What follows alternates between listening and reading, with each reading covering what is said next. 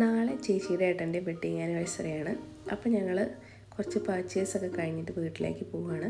പോകുന്ന വഴിക്ക് തന്നെ ഞങ്ങൾ പുറത്തൊക്കെ ഇറങ്ങി. ഞാൻ ഇറങ്ങിയില്ല, അമ്മയും ചേച്ചിയും ഏട്ടനൊക്കെ കൂടി പുറത്തിറങ്ങി. കല്ലുമ്മക്കായ കണ്ടപ്പോൾ അത് വാങ്ങിയിട്ടുണ്ട്. മക്കളും ഞാനും എല്ലാം വണ്ടിയിൽ തന്നെയാണ് ഇരുന്നത്. അങ്ങനെ ഇതാ ഗൈസ്, വളരെ പെട്ടെന്ന് നാളെ ആയിട്ടുണ്ട്. ഇന്ന് അവരുടെ വെഡ്ഡിങ് ആനിവേഴ്സറിയാണ്. ആനിവേഴ്സറിയിലെ ഒരു ഓളായിക്കോട്ടെ എന്ന് വെച്ച് മ്യൂസിക് വെച്ചതല്ല.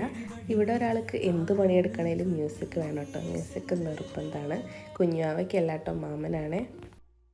കല്ലുമ്മക്കായ പുഴുങ്ങിയിട്ടാണ് ഞങ്ങൾ മുമ്പ് കറ എടുത്തുകൊണ്ടിരുന്നത്. പക്ഷെ അതിനേക്കാളും ടേസ്റ്റ് ഉണ്ടാവും ഇങ്ങനെ ചെയ്താലാണെന്ന് ഒരുപാട് പേര് പറയുന്നത് കേട്ടു. അതുകൊണ്ട് ഇത്തവണ ഇങ്ങനെ ചെയ്യാമെന്ന് വിചാരിച്ചു. ബ്രദറാണ് കേട്ടോ അത് ക്ലീൻ ആക്കിക്കൊണ്ടിരിക്കുന്നത്. മോനും ഇവിടെ നിന്നിട്ട് പാട്ടും ഡാൻസും ഒക്കെ ആയിട്ട് കമ്പനി കൊടുക്കുന്നുണ്ട്. ഏട്ടനൊരു സ്പെഷ്യൽ മസാലയൊക്കെ തേച്ചിട്ട് കല്ലുമ്മക്കായ ഫ്രൈ ചെയ്യാനിട്ടിട്ടുണ്ട്. എന്തെങ്കിലുമൊക്കെ ഒരു പണി ചെയ്യേണ്ടതെന്ന് വെച്ചിട്ട് ഞാൻ കറിവേപ്പില വെച്ചിട്ട് അതിനൊന്ന് ഡെക്കറേറ്റ് ചെയ്ത് കൊടുത്തിട്ടുണ്ട്. അമ്മ ഇവിടെ നല്ല സൂപ്പറായിട്ടുള്ള ചൂട് പറക്കുന്ന ഗീ റൈസ് ഉണ്ടാക്കി വെച്ചിട്ടുണ്ട്. ഗീ റൈസിൻ്റെ കാര്യത്തിൽ പിന്നെ അമ്മ പണ്ടേ പുലിയാണ്. അതുകൊണ്ട് അമ്മയ്ക്ക് ആരും ഹെൽപ്പ് ആവശ്യമില്ല. അതുകൊണ്ട് ഞാൻ ഒരു ഹെൽപ്പും ചെയ്യാൻ പോയിട്ടില്ല. ഗീ റൈസിൻ്റെ കൂടെ ഒന്ന് കഴിക്കാനായിട്ട് നല്ല സൂപ്പറായിട്ടുള്ള മസാലയൊക്കെ ചേർത്തുള്ളൊരു ചിക്കൻ കറിയാണ്. ഏട്ടനൊരു സീക്രട്ട് മസാലയൊക്കെ ചേർത്തിട്ട് ഉണ്ടാക്കിയിട്ടുള്ള സൂപ്പർ കറിയാണ് കേട്ടോ. അതിൻ്റെ ടേസ്റ്റ് പറയാതിരിക്കാൻ വയ്യ. ഗീ റൈസിലേക്ക് നല്ലൊരു കോംബോ ആയിരുന്നു അത്. നമ്മളിവിടെ ബിരിയാണിക്കും അതുപോലെ കറിക്കൊക്കെ ആയിട്ട് എടുക്കുകയാണെങ്കിൽ കൂടുതലായിട്ടും ലഗോൺ ചിക്കനാണ് കേട്ടോ എടുക്കാറുള്ളത്. ഫ്രൈ ചെയ്യാൻ മാത്രമേ ബ്രോയിലർ ചിക്കൻ എടുക്കാറുള്ളൂ. ലഗോൺ ചിക്കനൊക്കെ വെച്ച് കറി ഉണ്ടാക്കി കഴിഞ്ഞാൽ അതിൻ്റെ ടേസ്റ്റ് ഒന്ന് വേറെ തന്നെയാണ്. കല്ലുമ്മക്കായ ഫ്രൈ ചെയ്ത് 3-4 വട്ടം എന്നെ നോക്കി ചിരിച്ചപ്പോൾ ഞാൻ അതിൽ നിന്ന് കുറച്ചൊക്കെ എടുത്ത് കഴിച്ചു. ഇവിടെ ഇങ്ങനെ ചുമ്മാ ക്യാമറയും തൂക്കി നടക്കുന്നല്ല, നിനക്കെന്താ ഈ വീട്ടിൽ പണിയെന്ന് ആരെയിലൊക്കെ ചോദിക്കുന്നറിയാം. അതുകൊണ്ട് ഞാനിവിടെ ഒരു സാലഡ് ഉണ്ടാക്കി വെച്ചിട്ടുണ്ട്. ഈ വീട്ടിലെ പുരുഷന്മാരെല്ലാവരും കൂടി ഒരു ട്രിപ്പ് പോയിട്ടുണ്ടായിരുന്നു. അവർ പോയി വരുമ്പോൾ ലെറ്റ്യൂസ് പോലെയുള്ള സാലഡ് ലീവ്സും അതുപോലെ സ്ട്രോബെറി ഒക്കെ കൊണ്ടുവന്നിട്ടുണ്ടായിരുന്നു. പിന്നെ സുച്ചി കൊണ്ടുവന്നിട്ടുണ്ടായിരുന്നു. അപ്പോൾ അതെല്ലാം കൂടി ചേർത്തിട്ട് വെട്ടിക്കൂട്ടി ഞാനിവിടെ ഒരു സാലഡ് ഉണ്ടാക്കി വെച്ചിട്ടുണ്ട്. പിന്നെ ഈ സാധനങ്ങളെല്ലാം ചേർത്ത് എങ്ങനെയാണ് ഭക്ഷണം കഴിക്കുകയെന്നാണ് ഇയാൾ കാണിച്ചുകൊണ്ടിരിക്കുന്നത്. പുള്ളി കുഴക്കുന്നതിൻ്റെ രീതിയാണ് രസം. സൂപ്പറായിട്ട് കുഴച്ച് കഴിച്ചതാ മയങ്ങി വീണു ഗൈസ്. ഞാനിവിടെ വീഡിയോ എടുക്കുന്നതുകൊണ്ട് തന്നെ കഴിച്ച് കാണിച്ചിരുന്നവരുടെ ക്യൂ ആണ് ഇവിടെ.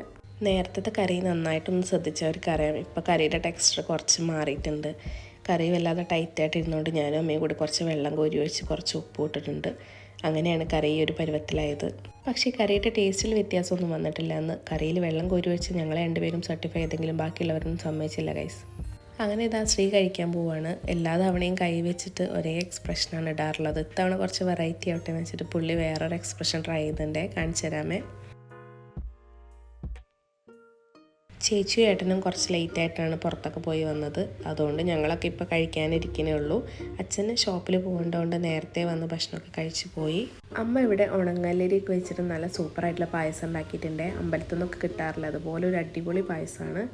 വൈകുന്നേരത്തെ ചായയുടെ ഒപ്പം ഞങ്ങൾ ഈ ഒരു പായസം കൂട്ടിയിട്ടാണ് കേട്ടോ കഴിച്ചത്.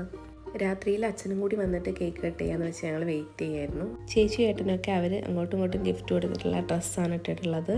അപ്പോൾ എന്തായാലും ഈ ഒരു ആനിവേഴ്സറി കേക്ക് ഞങ്ങളുടെ വകയും കൂടി ആവട്ടെ എന്ന് വെച്ചിട്ട് ഞങ്ങൾ കേക്കൊക്കെ മേടിച്ചിട്ടുണ്ട്. മക്കൾ രണ്ടുപേരും കൂടി അവർക്ക് രണ്ടുപേർക്കും പെർഫ്യൂമാണ് ഗിഫ്റ്റായിട്ട് കൊടുത്തിട്ടുള്ളത്. അവരെ കൊണ്ട് പറ്റാവുന്ന പോലെ ഒരു കുഞ്ഞ് ഗിഫ്റ്റ് എന്തായാലും അവർ കൊടുത്തു. ചേച്ചിയും ഏട്ടനും കൂടി പുറത്ത് പോയപ്പോൾ കുഞ്ഞുവാവയ്ക്കൊരു ഡ്രസ്സ് വാങ്ങിയിട്ടുണ്ടായിരുന്നു സൂഡിയോയിൽ കയറിയപ്പോൾ. അപ്പോൾ ആ ഒരു ഡ്രസ്സ് ഇട്ടിട്ടാണ് കുഞ്ഞുവാവ അപ്പോൾ അവരൊപ്പം നിന്ന് കേക്ക് കട്ട് ചെയ്തുകൊണ്ടിരിക്കുന്നത്. കേക്ക് കട്ട് ചെയ്ത് കഴിഞ്ഞപ്പോൾ എല്ലാവരും അങ്ങോട്ടും ഇങ്ങോട്ടും കൊടുക്കുന്നൊരു ബഹളമായിരുന്നു കുറച്ച് നേരം.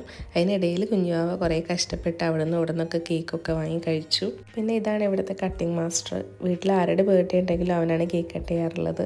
കേക്കിൻ്റെ ഫ്ലേവേഴ്സിൽ എനിക്ക് ഇഷ്ടപ്പെട്ടൊരു ഫ്ലേവറാണ് കേട്ടോ, ബട്ടർ സ്കോച്ചിൻ്റെ ഫ്ലേവർ. അപ്പോൾ ആ ഒരു ഫ്ലേവർ വരുന്ന കേക്കാണ് വാങ്ങിയിട്ടുണ്ടായിരുന്നത്. രാത്രി ആയതുകൊണ്ട് കുഞ്ഞുവാവയ്ക്ക് പിന്നെ ആരും കേക്ക് കൊടുക്കാത്തതുകൊണ്ട് ആ അമ്മച്ചനെ സോപ്പിട്ടിട്ട് കേക്ക് കഴിച്ചുകൊണ്ടിരിക്കുകയാണ്. കുറച്ച് ദിവസം കൊണ്ട് എല്ലാവരും കൂടി ഒരു മൂവിക്ക് പോകണമെന്ന് വിചാരിച്ചുകൊണ്ടിരിക്കുകയായിരുന്നു. അപ്പോൾ എന്തായാലും ഇന്ന് തന്നെ ആവട്ടെ എന്ന് വിചാരിച്ചു. അങ്ങനെ എല്ലാവരും കൂടി ഭക്ഷണം കഴിച്ച് കഴിഞ്ഞപ്പോൾ മൂവി കാണാൻ വേണ്ടിയിട്ട് പോയി. കുഞ്ഞാവയുടെ ഫസ്റ്റ് തിയേറ്റർ എക്സ്പീരിയൻസ് ആണ് കേട്ടോ അത്. ഇതിന് മുമ്പ് അവനെ ഞാൻ തിയേറ്ററിലൊന്നും കൊണ്ടുപോയിട്ടില്ലായിരുന്നു. ആദ്യമായിട്ടൊരു തിയേറ്റർ കാണുന്നതിൻ്റെ ഒരു എക്സൈറ്റ്മെൻറ്റ് അവൻ്റെ ഫേസിൽ നന്നായിട്ടുണ്ടായിരുന്നു.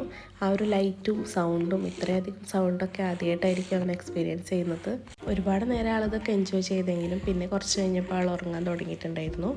ലൈഫിൽ എല്ലാ കാലവും ഓർത്ത് വയ്ക്കാൻ പറ്റുന്ന കുറേ മെമ്മറീസ് തന്നൊരു ദിവസം കൂടിയാണെന്ന്. അപ്പോൾ നമ്മുടെ ഇന്നത്തെ വിശേഷങ്ങൾ അത്രയൊക്കെ ഉള്ളൂ. വീഡിയോ ഇഷ്ടമായാൽ സപ്പോർട്ട് ചെയ്യാൻ മറക്കല്ലേ. Thank you for watching.